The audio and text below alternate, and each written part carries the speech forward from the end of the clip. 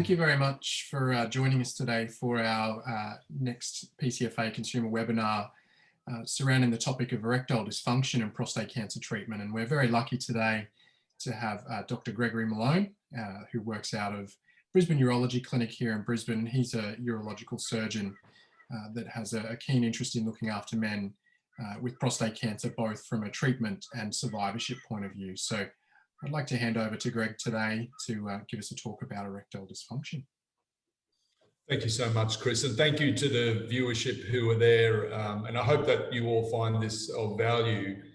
So as Chris alluded to, I'm a urological surgeon. My major interests are robotic surgery and reconstruction, and that in men, and that includes the management of erectile dysfunction and also urinary incontinence after surgery. One of the websites that we've developed recently is the Penile prosthesisdoctor.com.au. So if you do wish to explore this a little bit further, then by all means feel free to access that website. It went live last year, and it does provide quite good information for patients who are wishing to explore that option further. So as you all know, unfortunately, this is the behaviour of most men. Unlike women, men have tended to be less proactive with respect to their health. But what we want to do is have men really focus on what, as urological surgeons, we feel are the important bits and the important end of the anatomy. This talk aims to discuss a few aspects of erectile dysfunction. Firstly, I'd like to define what is erectile dysfunction. I'd like to discuss the most common causes for erectile dysfunction, outline a practical evaluation of men, review the treatment options with you, and then provide suggestions as to who should go and see their urologist. As you've probably seen previously, erectile dysfunction is the inability, to achieve or maintain an erection adequate for intercourse. And this is to the mutual satisfaction of the man and his partner. So just to remember that both partners in a relationship are affected by erectile dysfunction, and that's a critical aspect of managing it in my setting, in my mind. Erectile dysfunction essentially is a disease of aging. As you can see from this slide, young men uncommonly have erectile dysfunction, but sadly some young men do. As a man ages, their risk of erectile dysfunction will increase, proportionate with their age and also with their obtaining comorbidities such as previous surgery, diabetes, hypertension, vascular disease, and the effects of aging, and also those lifestyle factors such as smoking. So how do we get an erection as a man? Well, essentially, the brain controls sexual function. It controls the arousal response, and it initiates the psychological, neural, and blood vessel changes that produce an erection. The hormone, the male hormone testosterone, really controls libido. In terms of the physiology of this, the nerves from the brain relay the signals of arousal and sensation to and from the penis. And the arteries then are dilated by those blood vessels into the penis, and that causes the erection to occur. So there's filling due to inflow of blood as a consequence of direct stimulation from the nerves. To prevent that blood just washing straight back out, the filling of the penis results in compression of the veins, and this basically holds blood in the penis while there's inflow. After intercourse or after orgasm, the arterial inflow diminishes, the veins open up, and the penis detumesces, or there's the loss of erection. If, as you can imagine, if the arterial inflow is not sufficient, then that can be a factor which results in ongoing leakage, which is one physiological cause for erectile dysfunction. So therefore, erections are a coordinated interaction of multiple organ systems. It's a psychological, endocrine, or hormonal, vascular, and nerve system function.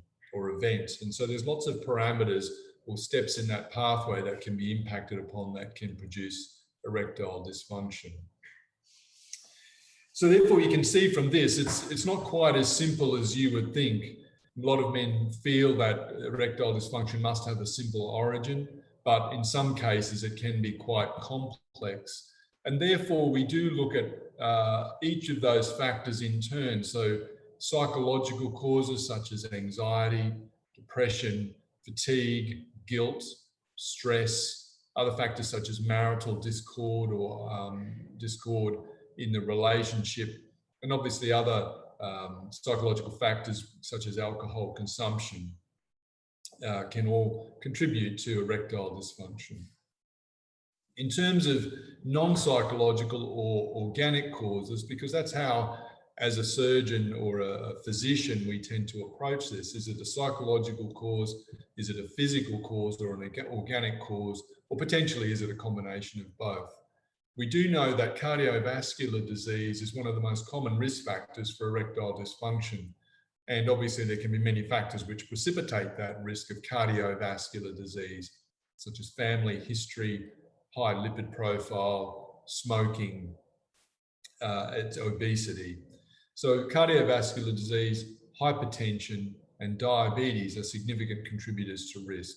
And then we look down the list of factors which can contribute to erectile dysfunction, such as lipid disorders or cholesterol issues, previous pelvic surgery or radiation, neurological causes such as low back pathology, multiple sclerosis, etc., and central nervous system disease, issues after priapism or a prolonged erection from using injections. Hormonal deficiencies can contribute, such as an absence of testosterone or other hormones such as thyroid dysfunction, chronic illnesses such as renal failure, and obviously, as mentioned, substance abuse can be a contributor as well. Some patients are actually develop erectile dysfunction as a consequence of treatments that they've been initiated on by their doctors. And some of these can be such medications as blood pressure medicines, antidepressants, H1 and H2 receptor blockers for reflux, although that's not common, anticholinergics, and hormone therapies. And some of those hormone therapies are used to actually treat issues such as prostate cancer. So LHRH agonists, which we use commonly for prostate cancer treatment, such as Lucrin, Zoladex, Eligard, etc., which are used to treat prostate cancer, can obviously cause a reduction in testosterone and erectile dysfunction. So how do I evaluate a patient? Well, I take a general medical history looking for any of those risk factors and considering factors such as smoking history, alcohol, substance abuse, medications, and then we move on to cardiovascular history to ascertain is the patient fit or is there a cardiovascular risk profile. And it's very important to note that when that there is a high association with cardiovascular disease and erectile dysfunction. And in the UK, when I was a fellow back in 2002, we used to run concurrent clinics where patients who had erectile dysfunction, if they were younger, would be referred over to the cardiac service to assess them and make sure there's no underlying cardiovascular disease, because erectile dysfunction in younger people can be a sign of vascular disease. Also take an endocrine history asking about libido, and then we do what's called a SHIM score, and this is a score essentially where a patient, which is self-administered, the patient's handed the note and they fill out this form and determine, based on this score, whether they have severe erectile dysfunction, moderate, mild to moderate, or mild erectile dysfunction. And it's a good way of quantifying the issue numerically.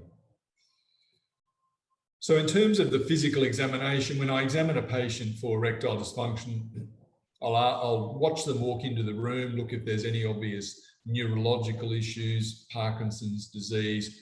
I'll examine the patient, looking at the genitalia, ascertaining if there are physical issues or signs of disease such as Peyronie's disease or penile scarring. I'll look at the testicular volume to make sure that they should have a testosterone level that would be normal. and I do examine their prostate to make sure that there's no other issues from a urological viewpoint. And then we do some routine blood tests, checking for lipids, normal blood tests, renal function, thyroid function, testosterone, and in some circumstances I may elect to get a PSA just as a part of a complete urological assessment. What I want to know really is how rapid has this event come on, because the rapidity of onset of erectile dysfunction is important. If it's a slow progressive onset, then that does suggest organic disease. If it's a rapid onset, then that can highlight that there may be a psychological component to this. And obviously, I want to know if the patient has any past surgical history, such as having had radiation therapy for prostate cancer or a radical prostatectomy for prostate cancer, or some other pelvic surgery such as low bowel cancer resections or bladder cancer resections. I ask about the relationship with the partner. I like to know other factors such as the aims of the couple, if the couple are present at the same time. And what I mean by that is, what are the aims of the couple in terms of how frequently they like to be sexually active, and what they realistically expect from their treatment, because that helps guide me in terms of what to advise the patient about their options. So in terms of a practical evaluation of patients, periodically we will do some investigations beyond examining the patient and routine blood tests. I may do an ultrasound if I'm suspicious that the patient has an issue such as Peyronie's disease, which is a fibrous scarring of the penis.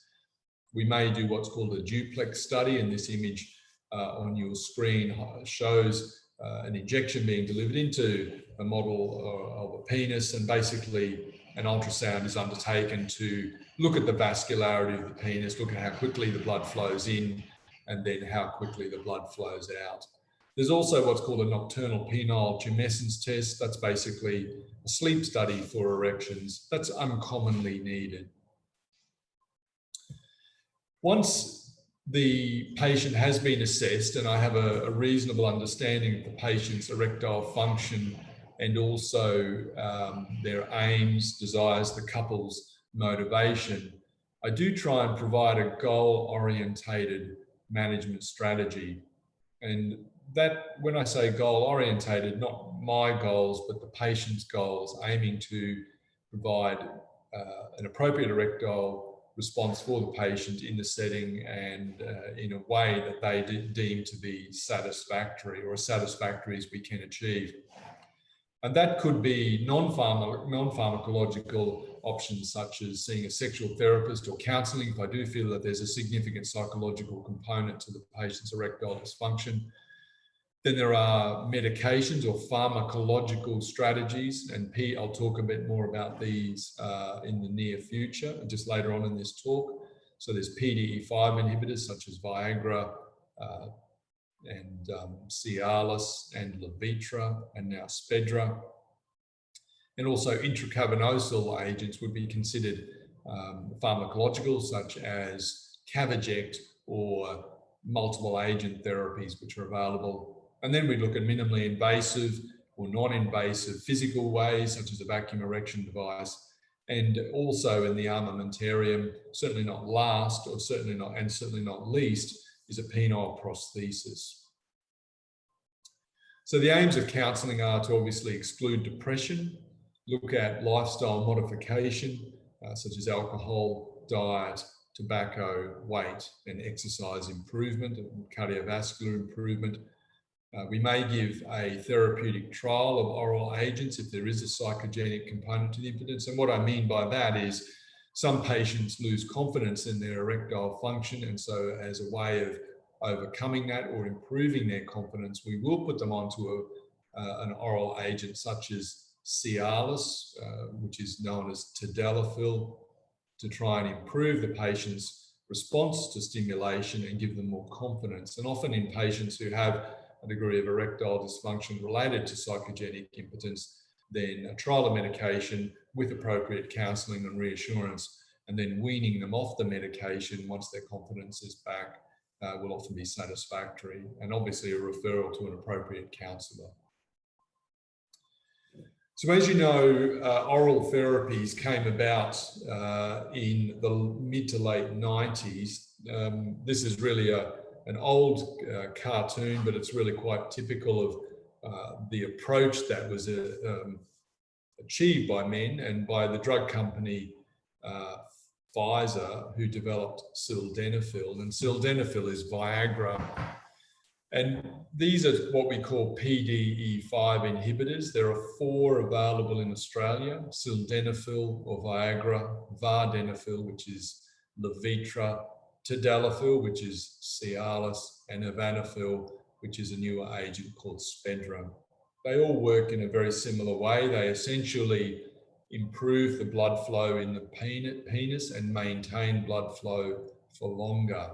And the way that that works is they promote the smooth muscle relaxation in the blood vessels in the penis, and that ideally results in an improved an improved erectile response. And certainly with men who have mild or mild to moderate impotence, or erectile dysfunction, then these agents have a very, very good place, and they are highly effective. They obviously are simple to use, and in most settings, they can be utilized with some degree of convenience, especially some of the agents which can be taken daily, for example.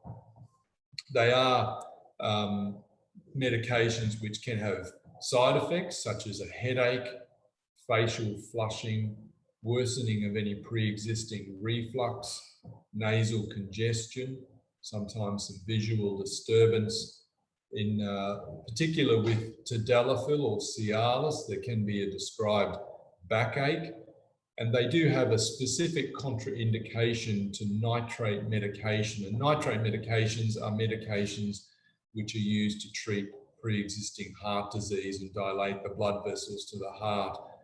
They interact with these agents, and they can produce quite problematic or refractory low blood pressure. And that's why in patients who take nitrate medication, we won't use these agents.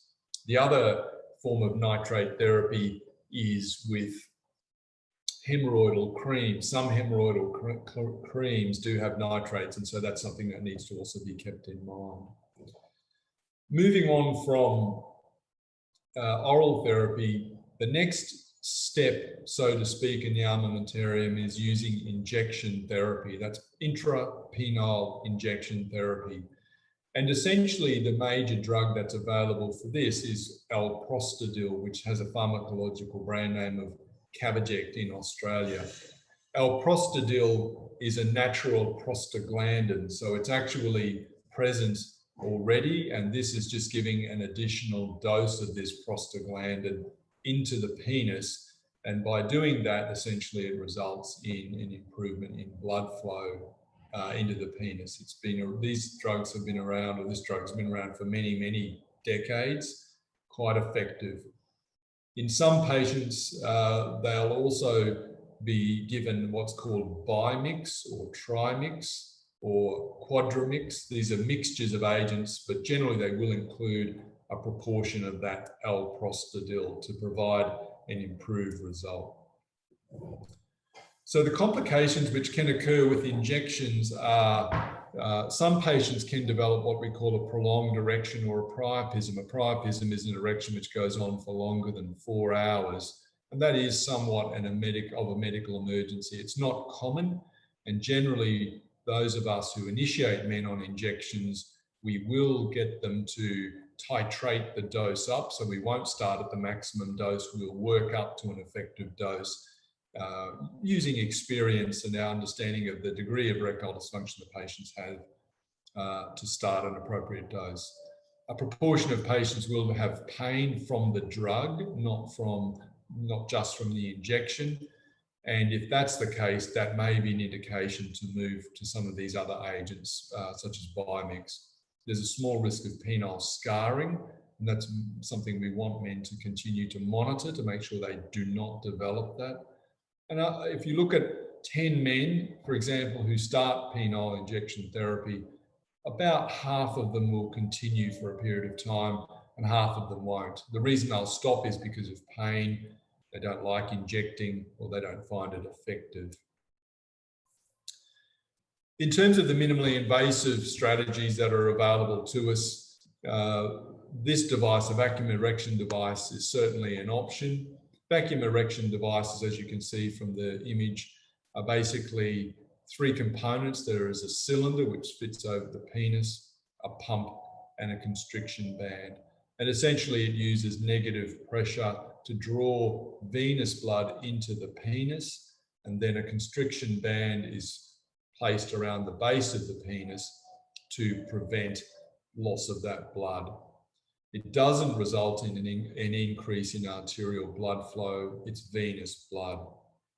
And again, the effectiveness of this really relates to, as stated down in the bottom line, the success is dependent on the enthusiasm of the instructor and the education that's provided and the enthusiasm of the couple. Some problems that can arise, the penis with time, because it's blood that's held in the penis, and it's venous blood, can become bluer. It's not causing danger unless it's left on for an extended period. The penis can become cold because it's a peripheral structure and there's no blood flowing through. There can be some pivoting at the ring, at the base of the penis. You should limit this to probably 30 minutes or less. It does require good dexterity. There can on occasion be some bruising, and also with orgasm, there can be some impact on ejaculation. And that's probably can be overcome by specific rings which do have a defect on the underside where the urethra comes through, so that allows ejaculation, but that can be an issue.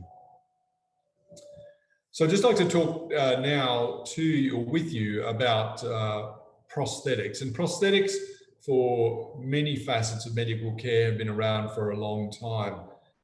And in relation to prosthetics, we do have a penile prosthesis as an option for the restoration of erections. And these images that you can see on your screen, the image on your left is the penile, the three-piece penile prosthesis, and on the right, it's basically how it's positioned in a patient. And the three pieces relate to the reservoir on the top of the image on your left, the cylinders, of which there are two, which go into the penis, and these are partially or moderately in full. And then there's a pump and a deflation button, which is one component in this model. The image on your right shows the reservoir sitting up beside the bladder, the cylinders in the penis, and the pump sitting in the scrotum. These are hydraulic devices. They are saline filled and they are implantable. And these devices have been utilized now for about 45 years. The technology has obviously been improving over time, but essentially they are very tried and true and have been around for many decades as well. It is a surgical procedure, and you can see the setup here for the procedure with the nursing staff here, the operative tray, and there are obviously more instruments than this, and then it's a sterile procedure, highly technical. This is a patient through an opening in the scrotum through which the procedure is done. You can see that the penis is laid out, the patient is draped, there's a catheter in the bladder through the urethra, and through this incision, the whole device can be placed. So it's not put in generally through the lower tummy, and it's on an incision on the underside of the penis on the top part of the scrotum at the front. So penile prostheses are used to treat moderate to severe erectile dysfunction. And generally they are utilised in patients who have trialled oral therapy or injection therapy and don't like it, or that has failed. They're generally in younger or more active couples, often post-prostatectomy or with other medical issues such as diabetes, etc. It's not an age-related factor as to who, or a qualifier as to who gets this. It's really more a case of who it's most appropriate for. The patients must be well enough to have an anaesthetic, obviously well enough to undertake sexual activity, have good hand function so they can pump the device up and let it down, although that doesn't preclude a patient. Some patients may have Parkinson's and have reduced hand function, and their wife or partner may completely appropriately be able to inflate and deflate the device for sexual activity to allow the couple to undertake that. It is generally an overnight stay procedure, and it's mostly about a 2-week recovery after the operation. Interestingly enough, if you look at the literature on penile prosthesis implantation, there's a very high satisfaction rating. It closely resembles a natural erection, and the cylinders that are placed into the penis do grow in length and girth or width. They're very reliable. It's convenient. You don't have to take anything with you if you're traveling, unlike injections or tablets. When you want to be sexually active, you can just reach down, pump it up, and you can undertake sexual activity. It is also discreet. If someone is standing there with the device in weeks after it's been placed, no one would know. The important points to really highlight are there is a period of convalescence after this. It is an operation which requires a patient to take some time off from routine day-to-day activities, especially in the first week. No heavy lifting for a month. It is obviously necessitates a little bit of post-operative analgesia for some pain.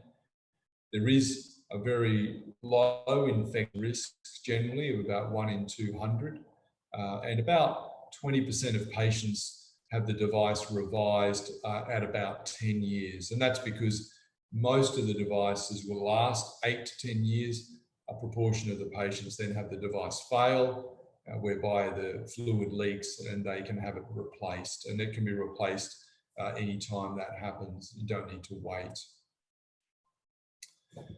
So in summary, I'd just like to highlight that erectile dysfunction is a relatively common problem in Australia, suffered by many Australian men. There is an age-associated increase. Erectile dysfunction in most men can be evaluated by their general practitioner. Most patients will respond to simple medical therapy, but if they do not, then they should be referred to a urologist if they wish to pursue that further. The penile prosthesis is an effective option for treating erectile dysfunction should the patient find that injections or other forms of therapy are ineffective. And the penile prosthesis is suitable for those patients who find that injections are either not working or they're unwilling to try them. But patients don't need to automatically move from tablets to injections to a prosthesis. They can go from oral medication straight to a prosthesis if that's their preference. So I'd just like to close the talk at that point, and I will head back to Christopher. Thanks, Greg. That was a really great overview of erectile dysfunction and management of today. We've had a couple of questions coming through. I'll just flicking around to get those. So we hear a lot about, the treatment for erectile dysfunction and prostate cancer associated to more the surgical treatment of prostate cancer. Are these methods you just talked about now, from medications, pumps, through to the additional procedures, are they some form of management for men that are undergoing radiation therapy as well? Yeah, absolutely. As sadly enough, we know patients who have radiation therapy, and there are a couple of forms of radiation therapy, obviously low dose rate brachytherapy, high dose rate, and external beam radiation therapy. Patients who have these forms of treatment can absolutely move through these treatment options. And a number of my patients may have had radiation therapy. We obviously know that radiation therapy doesn't affect the erectile function immediately, but it does accelerate the natural decline. So that's an important thing that men need to be aware of. They can absolutely undertake these treatments. So I guess that leads to another question here that someone's got about, they've been managing their ED with injections and pumps and things over a number of years. Is there now any added benefit for them trying something like medication of a PDE5 into the mix if they haven't tried it already? Look, if they've not tried it already, that's reasonable for them to undertake a clinical trial of a PDE5 inhibitor, Viagra, etc., Levitra. Obviously, as long as they don't have any precluding factors such as taking a nitrate, or they have a significant cardiac history, we wouldn't want them to trial that without clearing that with their cardiologist. But if they've not tried those things, then it's very reasonable to trial them with those provisos. Perfect. Yeah. So for someone in the short term, so let's say 4 or 6 weeks after surgery, now talking about a surgical patient, completely dry, so they're continent at present, but have had no erection since surgery. So number one, is this normal? And number two, is there use for GP in this setting? And if so, if a GP seems like it's a long story, if a GP is also refusing to write a script for the particular medication for them, is there another step that they can take? So A, is it normal? B, should they see a GP, and how do they make the GP follow through with, I guess, the advice that you're giving in the webinar? That's a good question. I suppose just to reassure that man who has written in, it is probably more common than not that at 6 weeks, it's great that he's continent. From a quality of life point of view, that's fantastic, and hopefully that patient's cancer control is excellent as well. Thirdly, then looking at the trifecta in terms of erectile recovery, most men at 6 weeks would have a significant degree of erectile dysfunction, and that doesn't preclude recovery. Yes, oral therapy such as a PDE5 inhibitor will be very useful, and often we will do that. I mean, generally, not often, nearly always, unless the patient doesn't wish to pursue it. What we would generally trial in most men who have no contraindications is tadalafil at 5 milligrams daily, and we'll get them starting that as soon as their catheter comes out or shortly afterwards. And your GP, as long as your GP is comfortable, should be able to write a script for tadalafil. If that's not the case, I would anticipate that clearly you've had an operation, you have your urologist.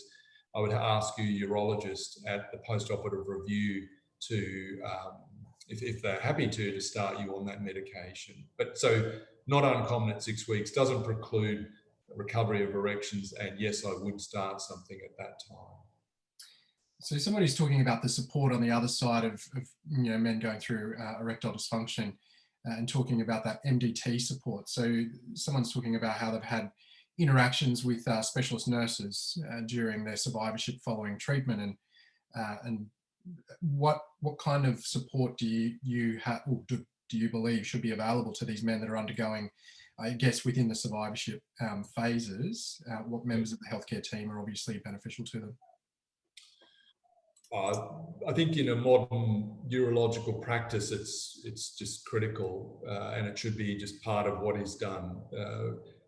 In my practice, we have 2 nursing staff, one of those clinical nurse practitioner, and they absolutely get involved from prior to and then after treatment. They are very involved in terms of any queries regarding convalescence after surgery, and then also in initiating erectile restoration therapy. So our nursing staff will consult with the patients, initiate them on whatever form of treatment they wish, vacuum device, injection therapy, as well as oral therapy with PDE5 inhibitors, and they'll follow them through as we do as part of the post-operative care. So I think it should be considered, relatively speaking, the standard of care moving forward. Perfect. Okay, so just last question.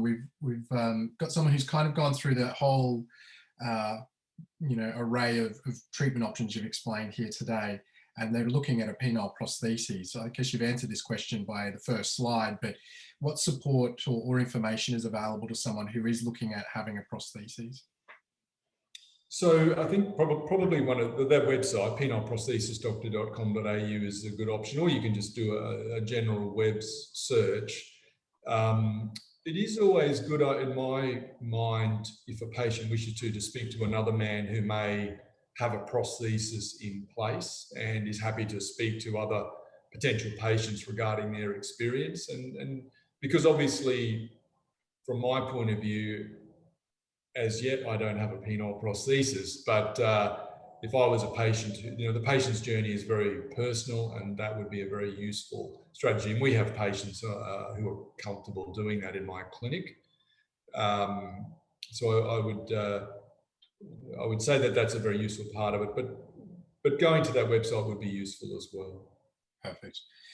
All right. I'd like to thank you very much for today, Greg, and you've been very informative. I'm sure that everyone's got something out of today's presentation and some of those onward referral points there as well, which is really great. So thanks for the opportunity. That's brilliant. Not a problem. Thank you very much for joining us today, especially around such a hot topic. So we've had the largest number of registrations we've had for one of these events, which is really great. So that's amazing. Yeah, live broadcasting on YouTube as well as on the webinar platform. So that's really good. So thank you very much for today, Greg, and everyone.